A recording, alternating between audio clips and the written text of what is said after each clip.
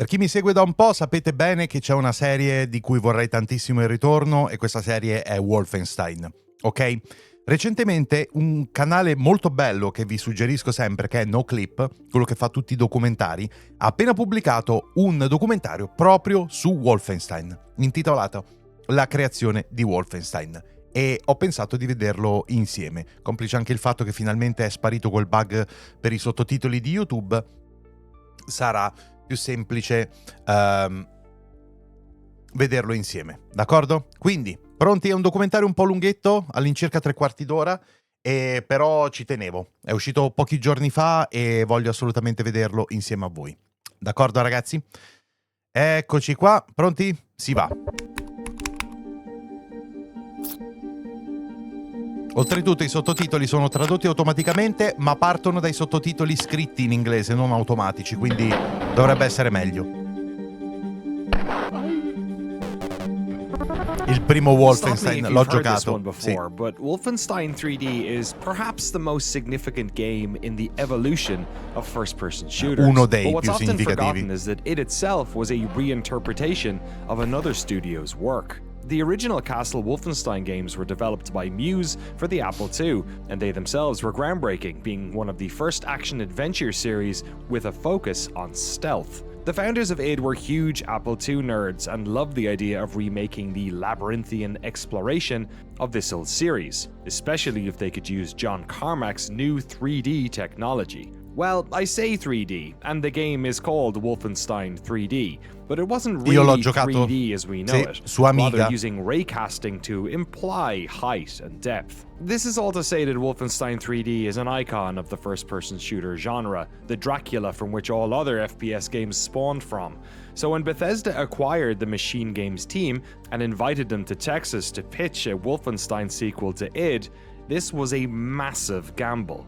In the previous video in this Machine Game series, we explained how the team pitched their retro sci-fi reimagining of the story of B.J. Blazkowicz. And in this episode, we're going to tackle how they pulled it off, both for 2014's Wolfenstein The New Order. Esatto, se non l'avete giocato Wolfenstein, giocatelo ragazzi, è molto figo. We're going to bring the Machine Games devs back to their work on these two games, how they crafted their version of BJ and the Nazi-infested world that surrounds him, how elements like gunplay and character perspective evolved between the games, the work that went into creating the many iconic moments throughout the series, and how the team decided to tackle the design of this guy. But first things first, how were Machine Games, a studio experienced with narrative FPS titles from their days at Starbreeze, going to craft a story around a character who is basically a mute, disembodied head?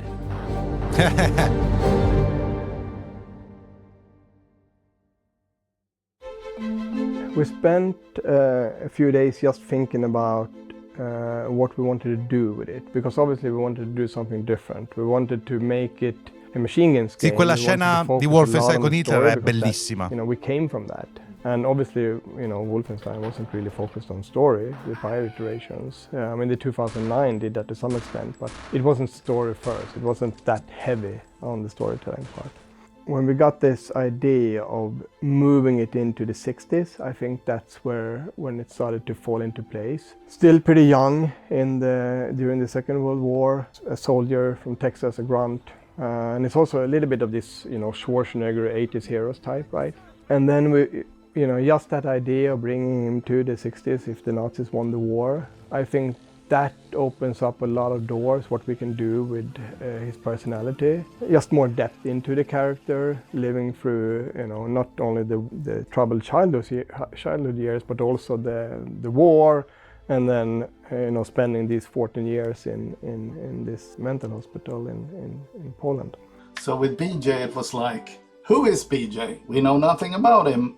And so, okay, so he's some tough-ass muscle guy. Sì, purtroppo c'è stato Youngblood che non è stato un granché, con le figlie di Blazkowicz. Io sto cercando di dimenticarlo, francamente. He's older and more grizzled. He's like about 50 years old, so he's seen some shit at this point, right? We auditioned so many people for BJ, like I'm sure we had something like 200 auditions.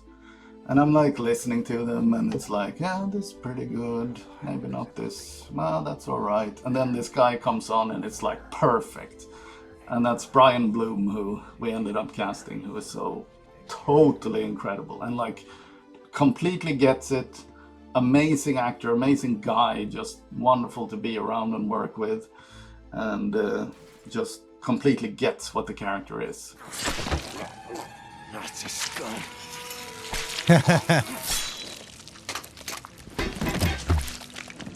It is an interesting character to try to almost go from a stereotype, you know, and as you say, we have this little pixel head that says "hurt me plenty," and then it needs to go into this kind of human character. But I think that one big thing that really helped there was his inner monologue that is happening throughout the game. He reflects on a lot of things. Sometimes it's deep and profound, and sometimes it's just cool one-liners, you know, catchy lines. 13 years old, from the pond by the stables, came out covered in leeches. To try to push that was making sure that we could reach a very, very high quality. For us, you know, a new level of quality in terms of detail, and a new level of detail when it comes to facial animation and expression in face, and all of those components. And then, of course, you know, not fully go away from this iconic, you know, super cool hero, because we need some elements of that, but also splicing in the human side and the deep narrative, and you know, there's a kindness in there, and there's depth in there. Fuck me. B.J. Blazkowicz. I should have known only you would be dumb enough to do a daytime entry. Lady. Glad to have you back, Fergus. Caroline, you're alive. If you call shitting in a bag living, 3 pulverized vertebrae. You? Head trauma, 4 inches of cast iron shrapnel right in the conch. Still in there. Severed colon, septic shock, shattered pelvis. Memory loss, flashbacks, 14 years in a loony bin. Good to see you, William. Ma questo, il gioco ha uno stile veramente bello. Di nuovo, ragazzi, se non li avete giocati, Wolfenstein a New Order e a New Colossus, i 2 giochi, giocateli, davvero. Sì, il terzo l'hanno trasformato in una sorta di simile looter shooter o qualcosa del genere, diciamo così, e sì, fa schifo. The office was abbastanza. A complete mess, and I think we were like 35 people or something when I joined, or maybe even less. I switched room maybe 6 or 7 times in the first 6 months because everything in the office was still being like refurbished or, you know, decorated. So it was basically working in a construction site, you know, for 6 months or more. Everyone was very focused and very passionate, and there was already from the very get-go extreme clear mission in terms of this is what we're gonna do. So I think just finding yourself in an environment with very senior people and obviously very artistic and talented people, it's a rare opportunity, I think, that you actually get to jump on something like this. So I was very excited from the day one. Yeah, I mean, we as a studio, we're still fairly small for the kind of games we make. I mean, we're like, it's a lot bigger than when I joined. We're up to about 150 or so people now, which is still tiny in comparison to some of the other studios that are making similar games. Clear vision is really key for the company as a whole, for us to be able to stay small. You know, we don't have that time for a lot of exploration where you're spending the first 12 months, 18 months figuring out what the game actually is and what's working and what's not working. So we all start out with some pretty clear ideas for the game.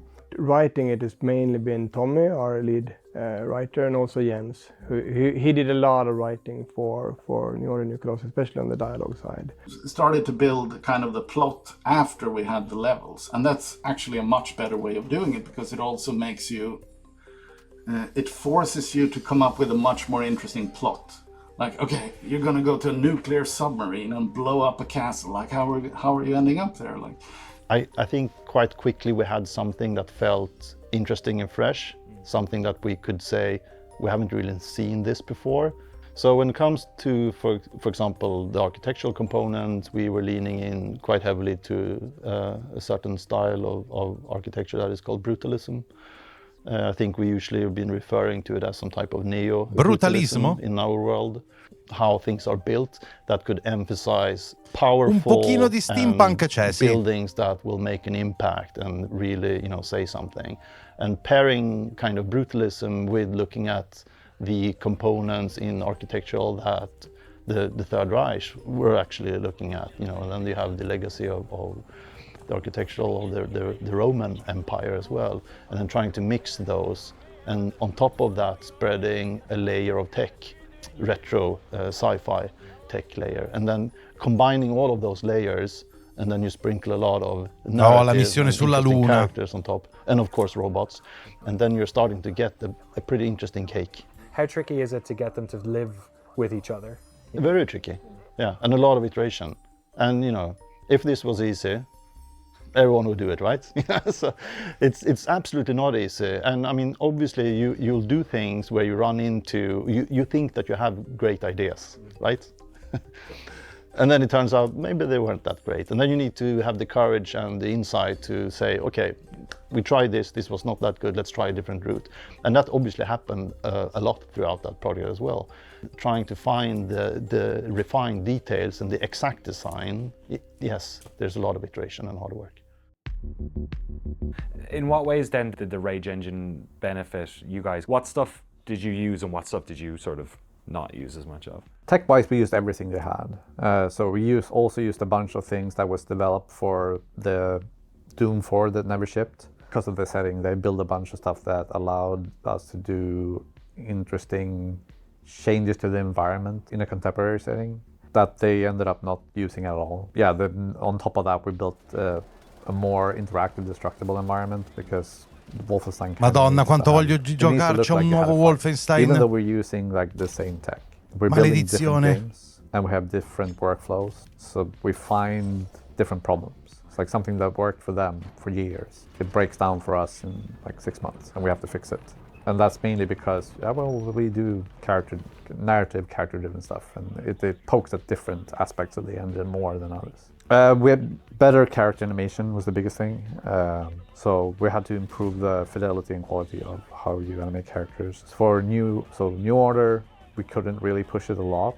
The hardware at the time was not capable enough to pull off I precedenti li ho già giocati, più di una volta oltretutto. One of the key cornerstones. Non voglio rigiocarli. Design is it needs to run at 60 FPS, and we can't sacrifice that for fidelity, ever. A lot of us in the company that was part of the beginning, born in the 70s or sometimes in the 60s. I grew up in the 80s, 90s, so for me, like being surrounded with the type of media like, comic book artists like Simon Bisley, Moebius, Inky Bilal, Jeff Darrow, all the 2000 AD stuff, Judge Dredd, Heavy Metal magazine, and also the type of the movies that came out and the directors of that time, You get into your DNA, I think, while growing up in that type of context where attention to like world building and attention to a certain type of, to some extent, darkness, but not in a negative way, but there's a grit, there's layering to all, and I think that kind of helped us a lot, and at least it helps me a lot, or maybe not helping, it's just part of who I am in terms of fleshing out worlds. And Wolfenstein being this kind of dystopian, kind of scary world to flesh out, has a lot of that type of inspiration within, I would say. Machine Games had a lot riding on Wolfenstein: The New Order. Fumbling the ball with a beloved IP would be a huge blow to their reputations, or even worse, it might cause Bethesda to reconsider their new Swedish investment. You'd imagine this would influence any team to play it safe, but the developers at Machine Games had so much experience flirting with disaster that they took the opposite approach, pushing design boundaries and working against the established first-person shooter rules at the time. It seemed like at every opportunity, Machine Games took the risky, interesting decision over the safe one. Perhaps playing it safe was riskier in the long run. Oh, that's him, isn't Working with the story, like I said, the story usually dictates quite a lot what we do with gameplay. But at the same time, it was also very important for us with Wolfenstein to go back a little bit to the retro. We decided very early we want to have 100 health, 100 armor, really go retro, because at that time it was basically all the first-person shooters. I cagnacci corazzati malefici. You're trying to avoid those type of elements. We also wanted to focus very much on the heavy weapon part, which is a big part of Wolfenstein. And that in combination with a story where we tackle some heavy subjects, of course. It's about fighting fascism. We have Nazis are our enemy. We really wanted to we want to be bold. We don't want to shy away from tough subjects. We don't want to shy away from making meaningful for the player to experience. And I think the violence, it just comes out of that. Because we have to, because you are fighting this evil, and these evil forces, and they are using a lot of violence to people and to you, and we also want it to be fun, and killing Nazis is pretty fun. There are so many different people in the team, to make sure that the gunplay and the guns in Wolfenstein becomes what it is. The animations and the code and the effects and the 3D art and everything, and in the end also the gunplay, to make sure that you have a good scenario where we can shoot a lot of baddies. I am primarily una delle caratteristiche di Wolfenstein è la doppia arma, ma io non l'ho mai usata, mi sono fatto sempre male. New Colossus when it comes to the gunplay and how those feel. Ecco, molto meglio la singola, sì. And how they sound and all of that. When it comes to guns, we wanted to have it pretty crazy, but still kind of rooted, if that makes sense. So I'd say the hard part was to make normal guns relevant while you also have these crazy guns. So you wouldn't just ditch the first ones later in the game.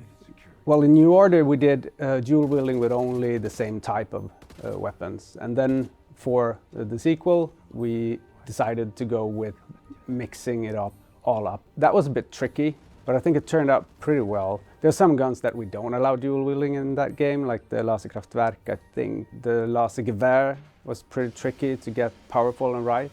We always wanted to make like a laser beam. Un sacco di dinamiche interessanti in questo gioco. Then we did for the Laserkraftwerk, we did an upgrade that was kind of a railgun type of upgrade, like a nod back to earlier games. That was tricky to get right, but I think it turned out pretty well, and I think people also got it. Yeah, this is a railgun. So yeah, that was good. We had a different gun behavior and different gun feel, so that was pretty much the work of one person. Alcuni sono corazzatissimi i nemici, santi Dio, è veramente, we set up a dedicated team. Veramente all tosto. They did was work on that. They started pre-prod before the old blood was done, to start figuring out like how we want to do things. I mean, how we approach weapons, specifically in Wolfenstein, it's such a big core component. They are part of the narrative even. So that's how we have set it up, both in New Colossus and New Order. Their narrative beats to like when guns get introduced and the reason why. And I do think that's also part of why we have been fairly successful in terms of selling that power fantasy with the rifles. It's not like you just pick up a new rifle and it's like, oh, here's another one. There are introduction animations, there are certain scenes set up for this, there are certain combat scenarios specifically scripted for you to have a very fun time first time you pick up this gun and kind of basically learning how it's working out.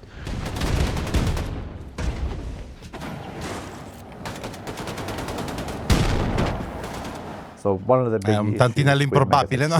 is the amount of time it took. You would build the environment would be baked down into a complete unique model for the entire world, and then they could go in and stamp on it, so modify every single pixel can become unique. Very cool tech, taking up a lot of space. Getting that to something that fits on a Blu-ray is complicated, but also the production schedule becomes complicated because we have 25 maps. They take about a day and a half each to bake.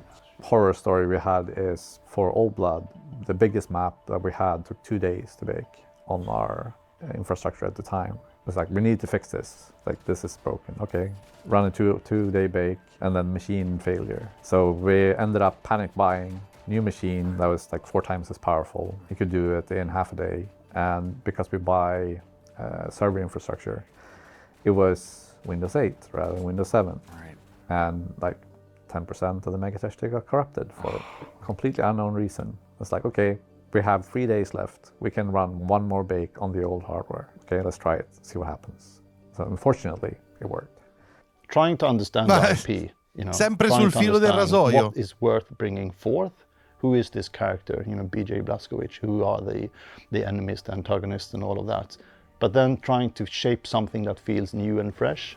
And what we did with Wolfenstein, I think, was unexpected, because we took something that was not only just a mundane shooter. I love the old Sì, esatto, no, la doppia arma non mi ci sono mai trovato, infatti per tutto il gioco non le ho usate. Wasn't there before.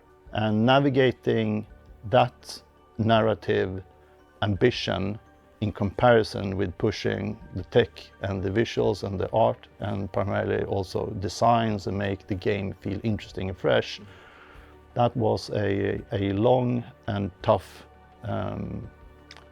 balancing act, I would say.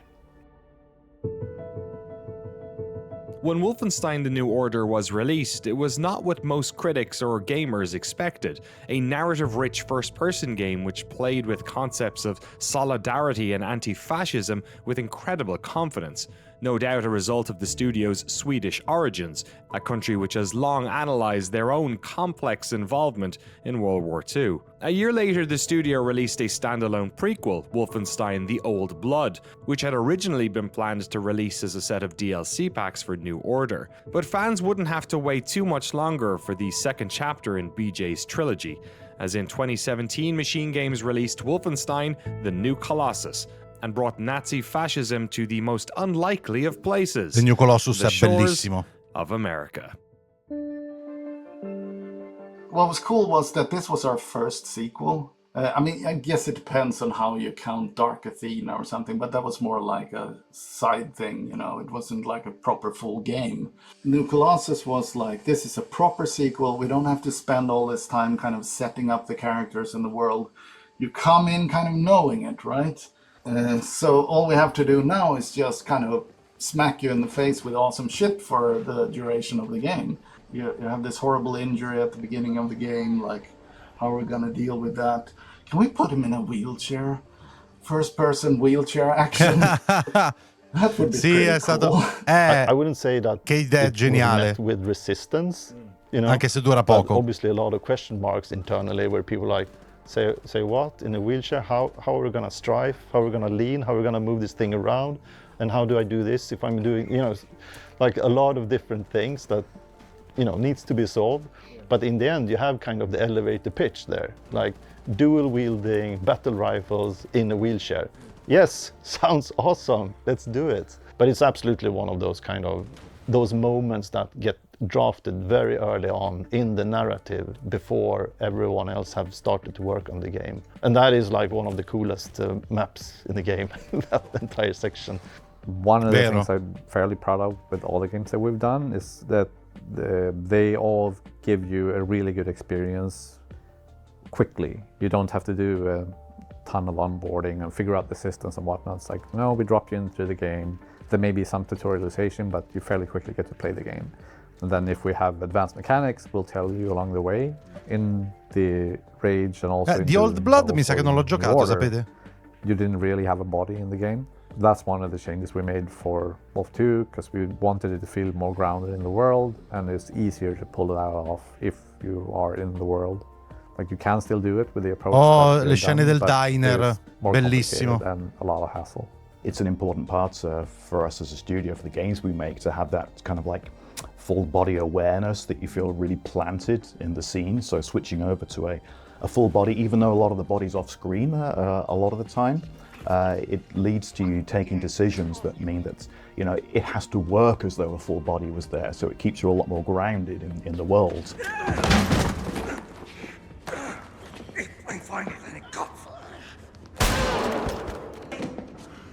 Get off my William, are you all right? And the same thing there. It's like cool levels first. So then it's like, okay, you start on the nuclear submarine, you get out of it, there's this flying fortress kind of thing, and it's like sucking the submarine out of the sea with big ass magnets and shit, and we just keep going from there, just trying to find like crazy stuff. And then also it was really cool to kind of take it to America, because we have this alternate history and alternate timeline. We're able to do all of this Americana stuff. New Order was very much a World War II-esque kind of story, whereas New Colossus, it gave us the opportunity to look a little bit beyond the war and see what are some of the things that would also have changed as a direct consequence of that. One of the biggest lessons, at least in my mind, is to stay bold, dare to push the envelope, not back down, and believe in your ideas. And what we did with a lot of the things in New Order translated very well into New Colossus in terms of bold statements and bold ideas and design decisions that was almost even hard to pitch internally. La parte qui del tribunale è stata veramente tosta da when giocare. You challenge yourself and you challenge your team. There's lots of things coming into my mind when you say that, but what comes to your mind with the daring decisions that were in the second Sul nuovo gioco... Chopping the head of the main hero is one. Sì, è quello una delle cose più assurde. That was top of list for me. Yeah, it's that's one thing. Erfolgte in einem Bauernhaus nahe Dallas mit einem schnellen Einsatz. The old and the weak are doomed.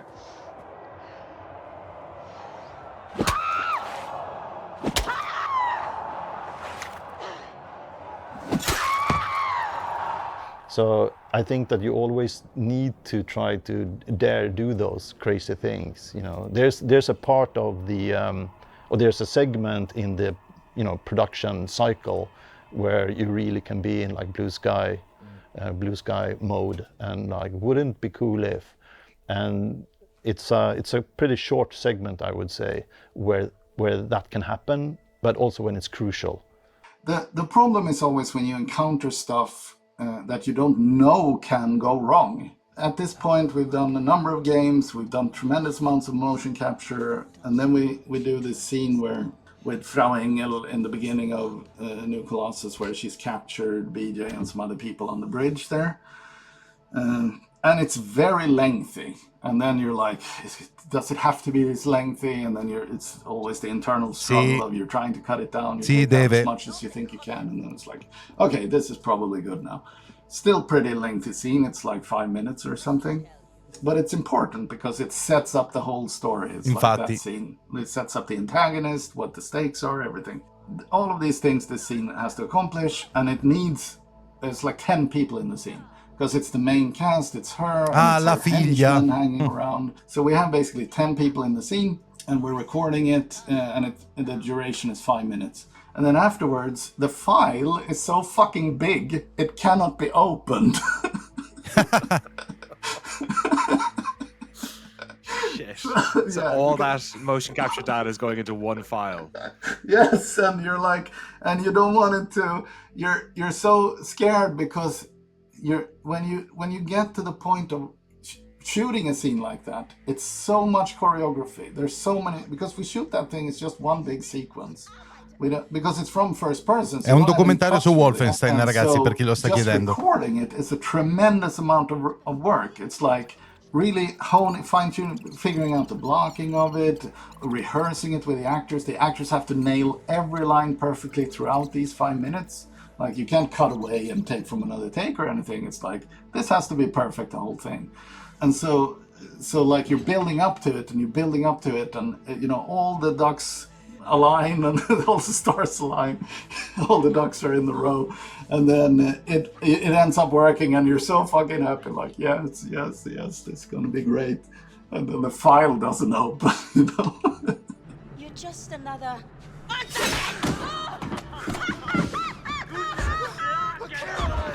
Oh no!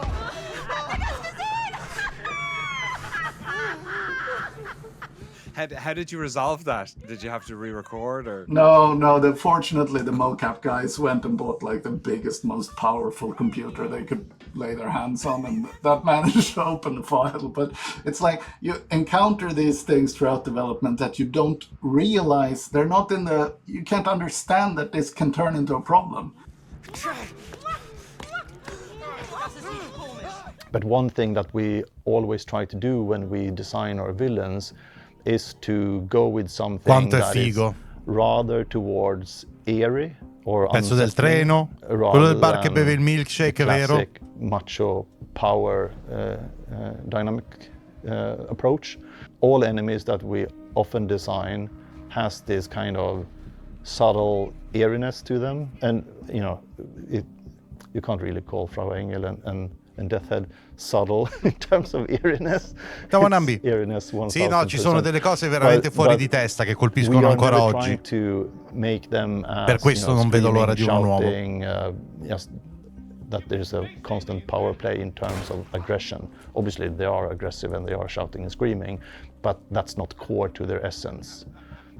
And that is something we carried with us moving forward as well. You know, specifically trying to work with facial features.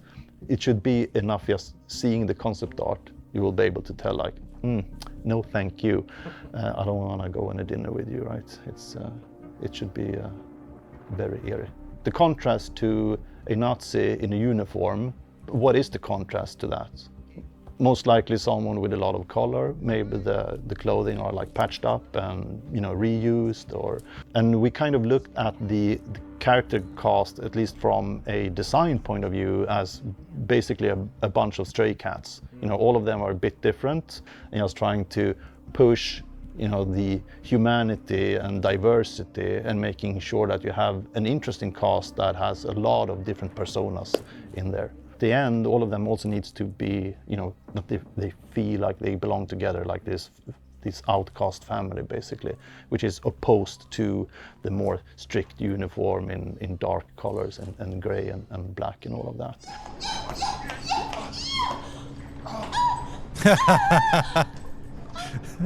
Altra scena bellissima. Did you need this boat? Yes, motherfucker. Do not underestimate the importance of casting. Like if you have good people there, then you can really make some magic. So I had all of these amazing actors, and I gathered them around, and I said, like, so for kind of the recurring roles, I asked them, is there something you would enjoy if I put in the game for the sequel? And the character who played Fergus, or the actor who played Fergus, said, would be really cool with a robotic arm, I think. And I was like, okay, let's make a note of that. And then the actor who played Wyatt was like, what do you think? He was like, maybe some kind of drug addiction. I was like, okay, that sounds cool. So then I started thinking about it for the sequel, and I had seen that because, you know, in Fallout 4 they have all of these animations for the Pip-Boy, and for the Vault also has these old-timey things. So I asked Todd or someone, I can't remember, like, who made this, and I got the information. It was some company in Australia. And I reached out to them. I was like, okay, we have this scene here. I was thinking maybe like a chameleon. And they were like, yeah, we can do that. And they started sending me sketches. And I was like, well, can we make kind of the camouflage stuff move on the body? Yeah, no problem. And they basically made that animation for us that we were able to track, basically, and put into the scene. I do think that a Quello lot non of mi ricordo minimamente cos'è. really speaks for themselves. That we managed to squeeze in an insane amount of different type of environments in a fairly short game. And it really is a roller coaster in terms of what type of environment you're in, and the different moods that we have, and the, you know, the cambia molto visuals spesso. how they sound and how they play out and present themselves. We're starting from what would be the coolest locations to play in. So it's like, we want to do Area 52, and we want to do Venus, and okay, but how the fuck are we going from there to there? Like, how? What's the plot logic of that? And then I had this idea. Well, maybe Hitler is there, and he has a casting call, and he wants to see them in person. It's such a producery thing to do too. Like pull out all the stuff, just fly them here.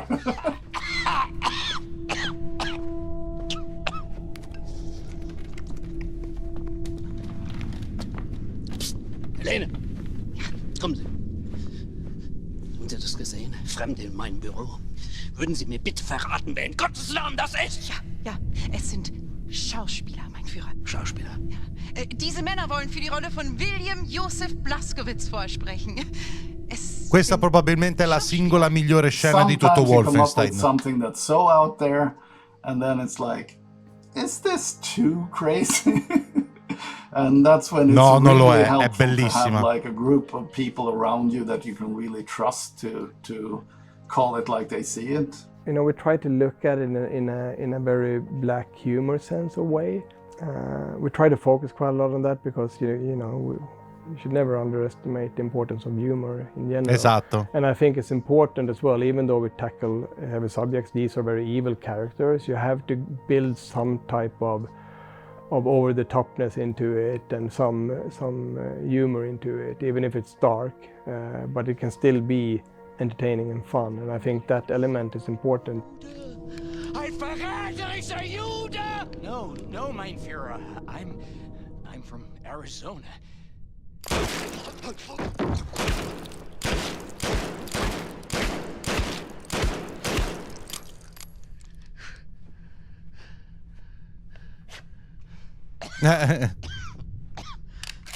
And we actually wanted to add another element. We wanted to actually show Hitler's penis as well when he was peeing, but that was something that was a little bit too much, so we decided to skip that one. But that whole scene, when you can see his weakness, I think is very important, the combination with the ruthlessness and how vicious they are. Yeah. You monster! What are you going to do to me?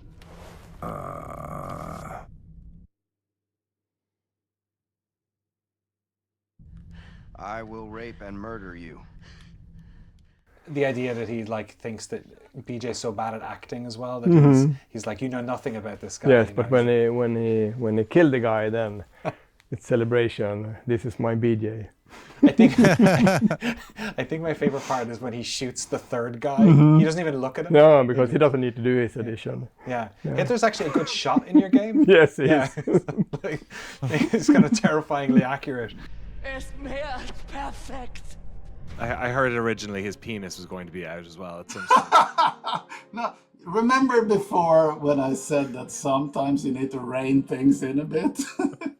So I had this idea, like, kind of the concept around Hitler was that it was going to be extremely physical, like the opposite of spiritual, basically.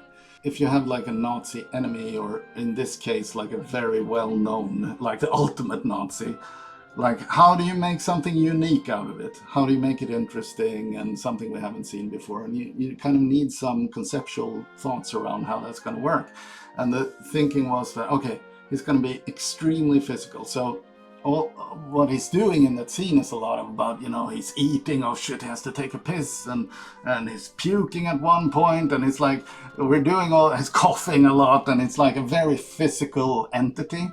And so I had this idea that, well, maybe we just see it,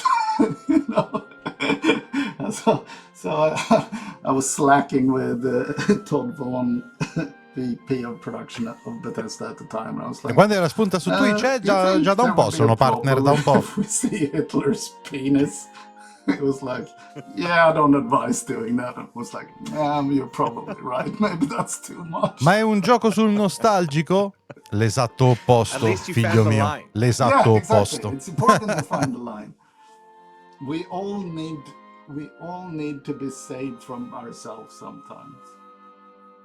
Wolfenstein: The New Colossus is, by anyone's standards, a terrific game. Serio, it somehow manages to bellissimo. pull on players' heartstrings and hit their funny bones in equal measure, with some of the most farcical video game levels of all time, paired next to scenes of shockingly inhumane brutality. Throughout the development of these games, the studio had evolved into one of the most confident storytellers in the industry, and over the next few years they would add more side stories to their Wolfenstein universe, with 2019's Youngblood and Cyberpilot uccidere Hitler, mi sa tanto che between Machine Games and their Bethesda il prossimo sister studio Arcane Leon. We of course covered the history of both Arcane Leon and the tragically now shut Arcane Austin in a previous documentary series. Our next and final video in this series on Machine Games focuses on the next chapter in this studio's history, their work on Indiana Jones and the Great Circle.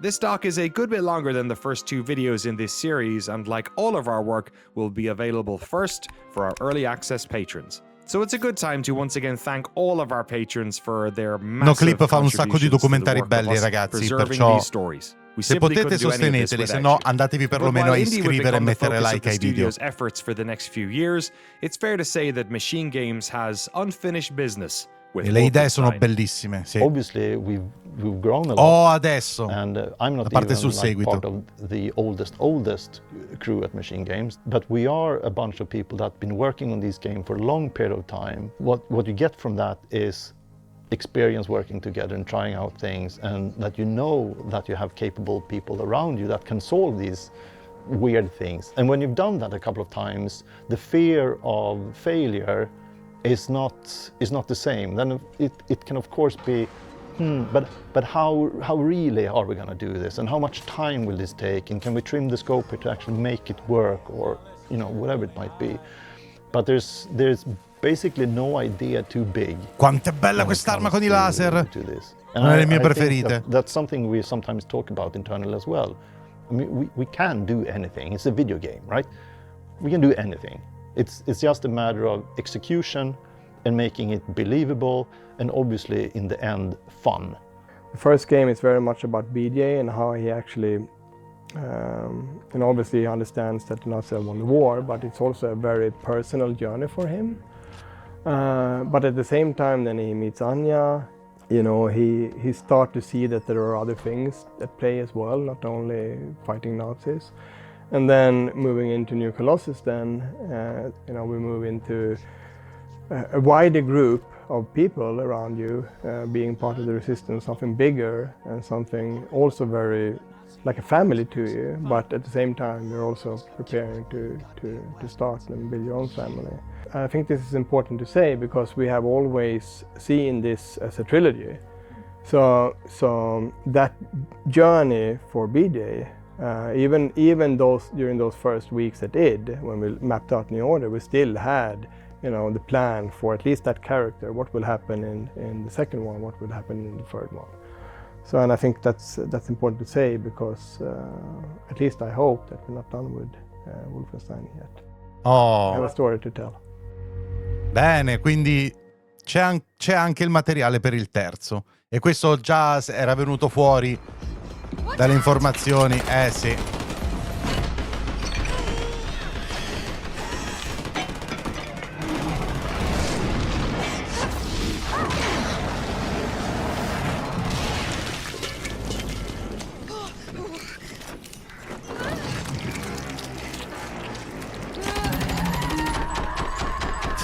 Così, debotto. Questa è una scena veramente over the top.